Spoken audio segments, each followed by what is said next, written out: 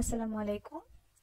আজকে আমরা আমাদের লেকচারে সিভিপি নিয়ে কথা বলবো। আমরা অলরেডি সিভিপি সম্পর্কে জেনেছি এবং এর কিছু ম্যাথও করেছি। সিভিপি মানে হচ্ছে, এটার ফুল ফর্ম হচ্ছে কস্ট ভলিউম প্রফিট অ্যানালাইসিস। এটা একটা টুল যেটা আমাদেরকে হেল্প করে ম্যানেজারদেরকে বুঝতে যে আমাদের যে কস্ট আছে, সেলসের যে ভলিউম আছে এবং প্রফিট আছে, এদের মধ্যে কোনো সম্পর্ক আছে কিনা। যার সম্পর্ক থাকলে সেটা কি রকম সম্পর্ক, ধনাত্মক সম্পর্ক নাকি ঋণাত্মক সম্পর্ক। এই সম্পর্কটা বোঝার জন্য যেই টুলসটা আমাদেরকে হেল্প করে সেটার নাম হচ্ছে সিভিপি। এটাকে আমরা, এই অ্যানালাইসিসটাকে আমরা সিভিপি অ্যানালাইসিস বলে থাকি এবং এটা মূলত ফোকাস করে 5টা ফ্যাক্টরের উপরে। একটা হচ্ছে সেলিং প্রাইস, আরেকটা হচ্ছে সেলস ভলিউম, মানে কতটুকু বিক্রি করছি, ইউনিটগুলো আর কি, কয়টা প্রোডাক্ট বিক্রি করলাম। 3 নাম্বারটা হচ্ছে ইউনিট ভ্যারিয়েবল কস্ট, মানে প্রত্যেকটা সেল যে প্রোডাক্টটা সেল করছি প্রত্যেকটার ভ্যারিয়েবল কস্ট কত, এবং total fixed cost as a whole আমাদের ফিক্সড কস্ট কত, এবং mix of the production sold, এবং যে প্রোডাক্টগুলো সেল করছি সেটার মিক্সটা কেমন। এই 5টা ফ্যাক্টরের উপরে মূলত সিভিপি অ্যানালাইসিসটা ফোকাস করে করা হয়। আচ্ছা, আমরা বলেছিলাম ক্লাসে যে সিভিপি অ্যানালাইসিসটা কেন করি, কারণ হচ্ছে আমরা যদি ভবিষ্যতে কখনো জানতে চাই আমাদের সেলসটা কমালে বা আমাদের সেলসটা অ্যামাউন্টটা বাড়ালে বা কোনো ভ্যারিয়েবল কস্টটা কমালে বা বাড়ালে প্রফিটের উপরে কোনো ইফেক্ট পড়বে কিনা, নেট ইনকামের উপরে কোনো ইফেক্ট পড়বে কিনা, বা আমি যদি এমন করতে চাই, আমি যদি জানতে চাই যে কতগুলো প্রোডাক্ট তৈরি করলে বা কত টাকার প্রোডাক্ট বিক্রি করলে আমার এত টাকা প্রফিট হবে, আমার যদি কোনো টার্গেট প্রফিট থেকে থাকে সেটা যদি আমি জানতে চাই, তাহলে আমরা কিভাবে জানবো? সেক্ষেত্রে আমরা সিভিপি অ্যানালাইসিসটা করে থাকি। এরপরে আমরা একটা উদাহরণ দেখেছিলাম, যেখানে আমরা দেখেছিলাম যে অকুস্টিক কনসেপ্টস ইনকর্পোরেশন নামে একটা কোম্পানি, যাদের একটা income statement, contribution income statement দেওয়া আছে। কন্ট্রিবিউশন ইনকাম স্টেটমেন্টটা কি? যে ইনকাম স্টেটমেন্টে কন্ট্রিবিউশন মার্জিন বিষয়টা থাকে। এখন আপনার মনে প্রশ্ন জাগতে পারে কন্ট্রিবিউশন মার্জিনটা কি। এটা আমরা একটু পরে আসবো, তার আগে আমরা একটু চলেন এটা কন্ট্রিবিউশন ইনকাম স্টেটমেন্টটা দেখি। এখানে for the month of June মাসের জন্য বলা আছে সেলস, ওরা একটা মিউজিক কোম্পানি আই থিঙ্ক, কারণ ওরা স্পিকার সেল করে, মানে মিউজিক যে স্পিকার গুলো আছে সেগুলো সেল করে। তো ওদের জুন মাসে ওদের প্রজেক্টেড বা বাজেটেড সেল হচ্ছে 400 স্পিকার। ওরা 400 স্পিকার সেল করবে, টোটাল হচ্ছে বিক্রয় 1 লাখ টাকা। আর তাহলে প্রত্যেকটা স্পিকারের দাম কত? 250 টাকা বা $250, যেটাই হোক, টাকাই বলছি। এরপরে আমাদের ভ্যারিয়েবল এক্সপেন্স বলা আছে কত টাকা? 60,000 টাকা। আর পার ইউনিট মানে প্রত্যেকটা স্পিকারের ভ্যারিয়েবল এক্সপেন্স হচ্ছে 150 টাকা।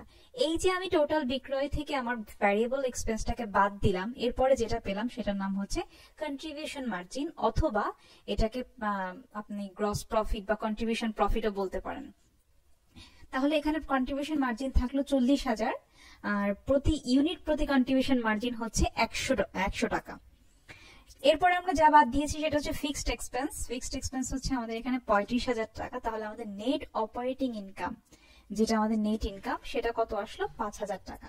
তো এই হচ্ছে আমাদের একটা কোম্পানির একটা স্যাম্পল, একটা কন্ট্রিবিউশন স্টেটমেন্ট দেয়া আছে। এখন আমরা যদি আরেকটু ডিটেইলসে কন্ট্রিবিউশন মার্জিনটা পড়ি, তাহলে কি বলেছে? Contribution margin is the amount remaining from the sales revenue after variable expenses has been deducted. তার মানে কন্ট্রিবিউশন মার্জিন হচ্ছে সেলস রেভিনিউ থেকে ভ্যারিয়েবল এক্সপেন্স বাদ দেওয়ার পরে যা থাকে সেটাই হচ্ছে আমাদের কন্ট্রিবিউশন মার্জিন। এটা আসলে কেন আমরা বের করি? এটা আমরা জানতে বের করি যে আমাদের ফিক্সড এক্সপেন্সটা কভার করার জন্য কতটুকু কন্ট্রিবিউশন মার্জিন অ্যাভেলেবেল আছে। তার মানে আমাদের ফিক্সড এক্সপেন্সটা যদি মানে কন্ট্রিবিউশন মার্জিন থেকে বড় হয়ে যায়, তাহলে কি হবে? আমাদের লস হয়ে যাবে। আর যদি ফিক্সড এক্সপেন্সটা ছোট হয়, কন্ট্রিবিউশন মার্জিনটা যদি বড় হয়, তাহলে আমাদের আলটিমেটলি নেট অপারেটিং ইনকাম থাকবে। তো এটা এক্সাম্পল হিসেবে এখানে দিয়েছে যে কন্ট্রিবিউশন মার্জিনটা যদি ধরেন আমরা জানতে চাই যেটা কিভাবে কাজ করে, তাহলে আমরা ধরে নিচ্ছি এই অকুস্টিক কনসেপ্ট কোম্পানিটা একটা স্পিকার সেল করছে। হতে পারে না ওরা একটা মাসে একটা স্পিকার সেল করছে, তাহলে ওদের কন্ট্রিবিউশন মার্জিনটা কিরকম দাঁড়াবে দেখি আমরা। এখানে আমরা দেখেছি যে ওরা একটা স্পিকার যদি সেল করে, তাহলে একটা স্পিকারের দাম হচ্ছে 250, ভ্যারিয়েবল এক্সপেন্স হচ্ছে 150 টাকা, তাহলে ওদের কন্ট্রিবিউশন মার্জিন হচ্ছে 100 টাকা।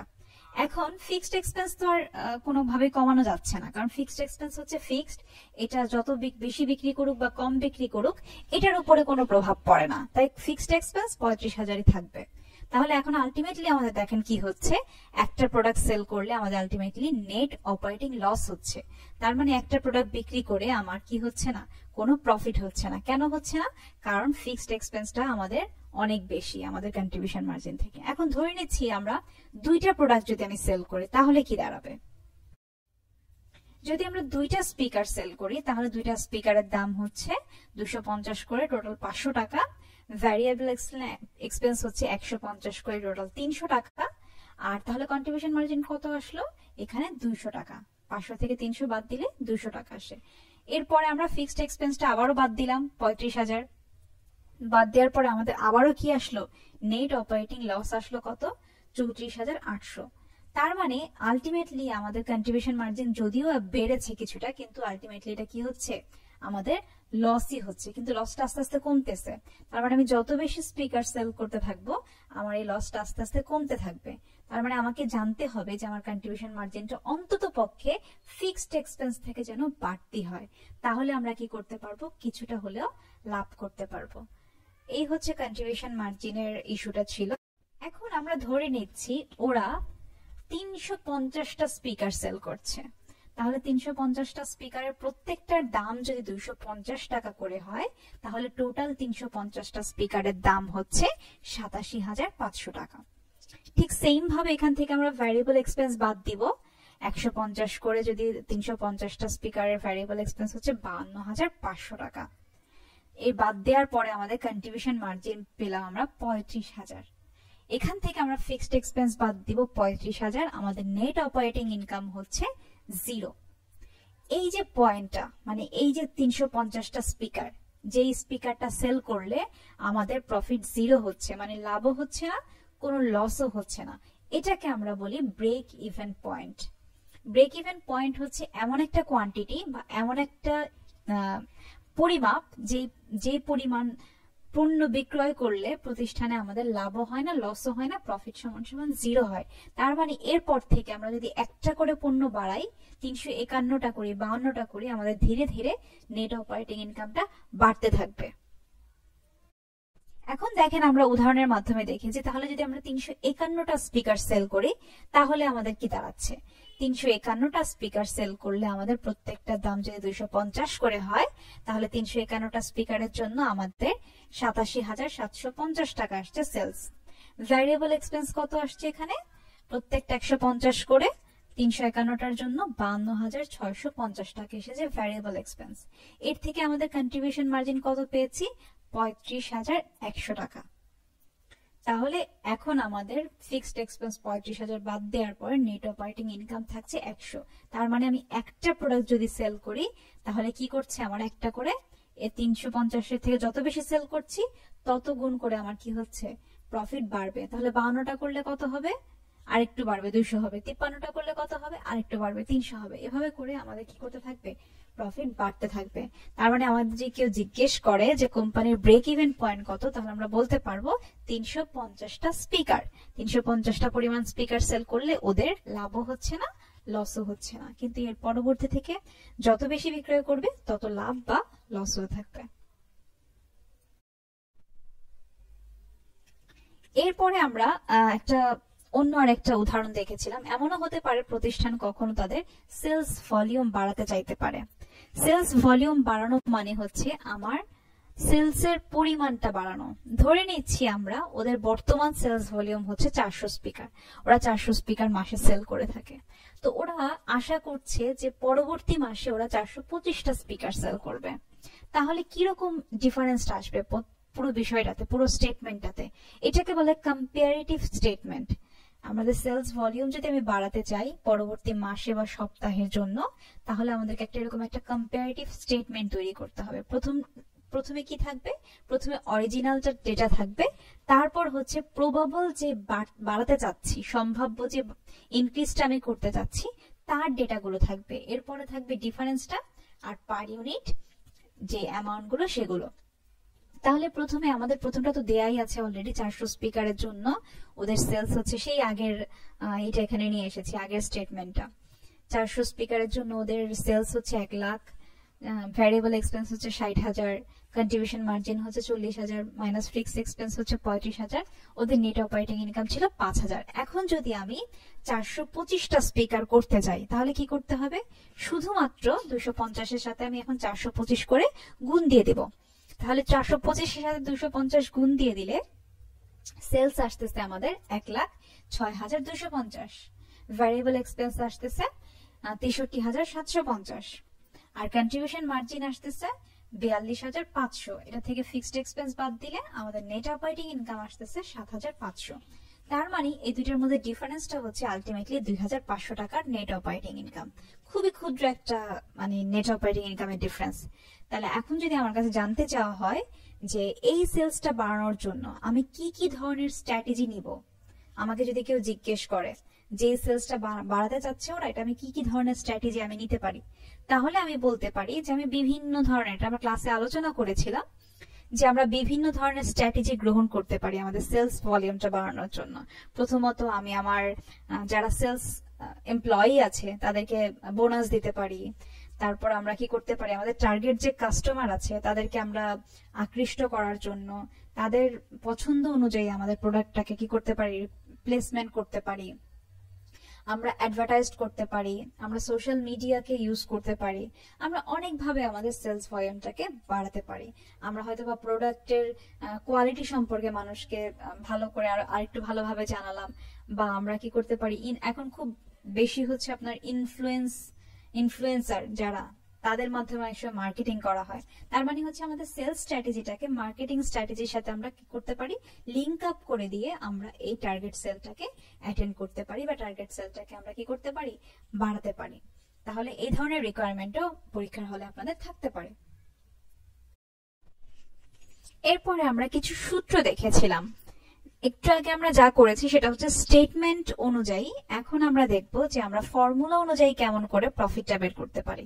তো প্রফিট মানে হচ্ছে বিক্রয় মূল্য থেকে আমাদের যে ভ্যারিয়েবল এক্সপেন্সটা আছে এবং ফিক্সড এক্সপেন্সটা আছে সেটাকে বাদ দিলে আসলে আমাদের প্রফিট চলে আসবে। তাহলে আমরা সেলিং প্রাইস, সেলসটাকে কিভাবে, টোটাল সেলসটাকে কিভাবে বের করতে পারি?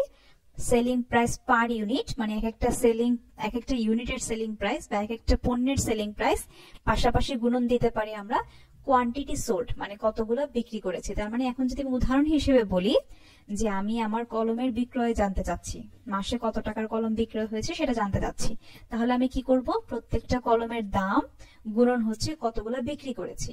প্রত্যেকটা কলমের দাম হয়তো 3 টাকা করে, আমি 10টা কলম বিক্রি করেছি, তাহলে আমার সেলস সমান সমান কত হবে, 30 টাকা। ঠিক তেমনি ভাবে ভ্যারিয়েবল এক্সপেন্স যদি আমি জানতে চাই যে এক একটা কলমের ভ্যারিয়েবল এক্সপেন্স কত ছিল সেটা জেনে তার সাথে গুণন দিব কোয়ান্টিটি সোল্ড। ধরে নিচ্ছি প্রত্যেকটা কলমের ভ্যারিয়েবল এক্সপেন্স হচ্ছে 2 টাকা করে, আর আমি 10টা কলম বিক্রি করেছি, তাহলে টোটাল ভ্যারিয়েবল এক্সপেন্স হচ্ছে 20 টাকা।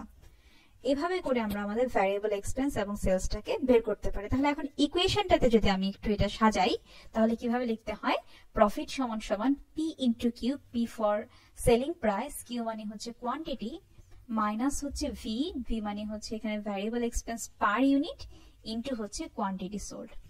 এটা থেকে আমরা কি করলাম, এই যে ফিক্সড এক্সপেন্সটাকে বাদ দিলাম।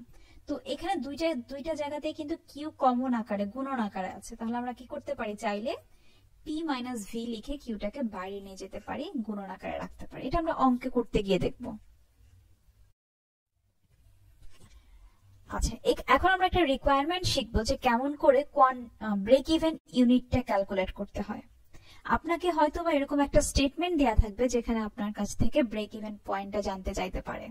ধরেন এখানে একটা স্টেটমেন্ট দেয়া আছে 351টা স্পিকারের জন্য, তো আপনার কাছে জানতে চাওয়া হয়েছে ওদের এই প্রতিষ্ঠানের ব্রেক ইভেন পয়েন্ট কত।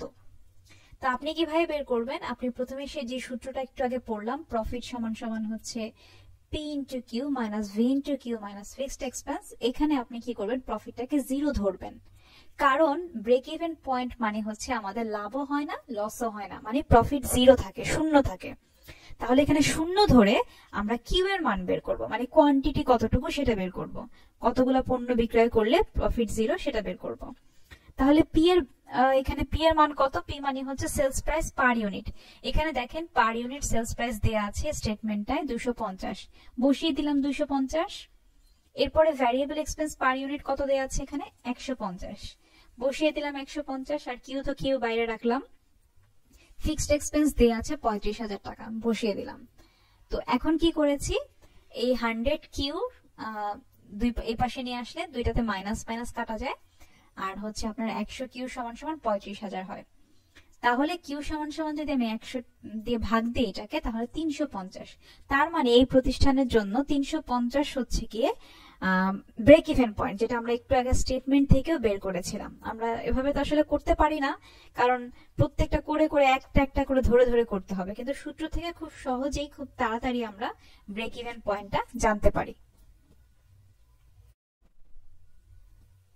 এরপরে আমরা জানতে চেয়েছিলাম যে আমাদের এই ব্রেক ইভেন পয়েন্ট থেকে যদি আমরা একটু বেশি সেল করি তাহলে আমাদের প্রফিটটা কেমন হয়। প্রথমত আমরা এখানে একটা ইনকাম স্টেটমেন্ট আকারে আছে, এটা থেকে যদি সূত্র থেকে বের করতে চাই সেম জিনিসটা হয় কিনা, এটা একটা প্রুফ দেখিয়েছিলাম ক্লাসে, সেম ক্যালকুলেশনটা হয় কিনা। আমরা কি করেছিলাম, প্রফিট সমান সমান সেই সূত্রটা, আগের সূত্রটা লিখেছি। পি এর মান হচ্ছে এখানে 250, কোয়ান্টিটি হচ্ছে 351, তারপর হচ্ছে আপনার ভ্যারিয়েবল কস্ট ছিল 150 আর কোয়ান্টিটি হচ্ছে 351। এটা বসিয়ে আমরা প্রফিট জানতে চেয়েছি। তো যোগ বিয়োগ গুণন ভাগ করার পরে প্রফিট দেখলাম 100 টাকা। তার মানে হচ্ছে স্টেটমেন্ট আকারেও যা আসে এই ফর্মুলা থেকে করলেও সেম উত্তর আসতেছে। উপরেও প্রফিট নেট অপারেটিং ইনকাম 100 টাকা এসেছে, নিচেও নেট অপারেটিং ইনকাম বা প্রফিট 100 টাকা এসেছে। এরপরে আমরা কন্ট্রিবিউশন মার্জিন রেশিও কিভাবে বের করতে হয় সেটা সূত্র পড়েছিলাম। কন্ট্রিবিউশন মার্জিন রেশিও হচ্ছে একটা পার্সেন্টেজ অফ সেল, মানে আমরা সেলের কতটুকু আমাদের কন্ট্রিবিউশন মার্জিন বা কতটুকু আমাদের কন্ট্রিবিউশন প্রফিট সেটা আমরা জানতে চাচ্ছি। এটাকে রেশিও আকারে বা পার্সেন্টেজ আকারে প্রকাশ করা যায়। এটার সূত্রটা হচ্ছে contribution margin divided by sales. তাহলে আমাদের অঙ্কে কন্ট্রিবিউশন মার্জিন কত ছিল? 40,000 টাকা ছিল আমাদের মেইন অঙ্কে, মানে মূল অঙ্কে কন্ট্রিবিউশন মার্জিন, সেটা বসিয়ে দিলাম। ডিভাইডেড বাই হবে সেলস, সেলস হচ্ছে 1 লাখ টাকা ছিল। তার মানে আমাদের সিএম রেশিও ভাগ করার পরে 0.4 আসবে, এটাকে 100 দিয়ে গুণ করতে হবে আর কি। তার মানে হচ্ছে আমাদের এখানে 40%। যে কোনো পার্সেন্টেজ বের করতে হলে সেটাকে 100 দিয়ে গুণ করতে হবে, পয়েন্ট আকারে লেখা যাবে না। সিএম রেশিওটাও তাই, এটা আপনাকে 100 দিয়ে গুণ করে পার্সেন্টেজ আকারে লিখতে হবে। তাহলে এই অঙ্কের জন্য আমাদের সিএম রেশিও হচ্ছে 40%।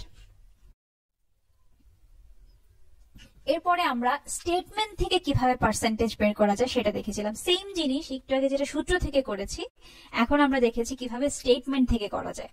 স্টেটমেন্ট থেকে করার জন্য আমাদের সেম অঙ্কটাতে একটা ঘর এক্সট্রা করতে হয়েছিল, পার্সেন্টেজ অফ সেলস।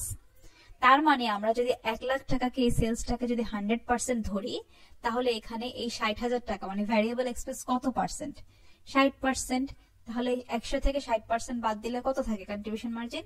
40%। সেম জিনিস এটা আমাদের স্টেটমেন্ট থেকেও বের করা যায়। এরপর আপনাদের ক্লাসে একটা ছোট্ট একটা ম্যাথ দিয়েছিলাম, এটা আপনাদের করতে বলেছিলাম, ভল্টার কোম্পানির একটা ম্যাথ, যেখানে প্রশ্নবোধক চিহ্ন দেয়া ছিল পার্সেন্টেজের জায়গায়। তার মানে ভ্যারিয়েবল এক্সপেন্সের পার্সেন্টেজ দেয়া ছিল না, আবার কন্ট্রিবিউশন মার্জিনেরও পার্সেন্টেজ দেয়া ছিল না, আপনাকে বের করতে বলা হয়েছিল। তো কিভাবে বের করবেন আপনি এখান থেকে? যদি আপনি 1,20,000কে 100% যেহেতু সেলস বলা আছে, এইটার উপরে ভ্যারিয়েবল এক্সপেন্স কত? জাস্ট 9 লাখ টাকাকে 12 লাখ দিয়ে ভাগ দিলে যা বের হবে সেটাই হচ্ছে আপনার ভ্যারিয়েবল এক্সপেন্সের পার্সেন্টেজ। তারপর ওখান থেকে বাদ দিলে যা থাকবে সেটাই হচ্ছে কন্ট্রিবিউশন মার্জিনের পার্সেন্টেজ। এখন আমরা এখান থেকে আমাদের রিকোয়ারমেন্ট আসলে কি চেয়েছে সেটাকে দেখি।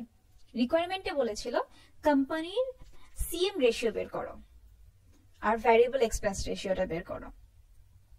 এরপরে বলেছে কোম্পানির ব্রেক ইভেন পয়েন্টটা বের করো আর হচ্ছে ইউনিট এন্ড সেলস ডলারে, দুটাতেই বের করো ইকুয়েশন মেথড ইউজ করে।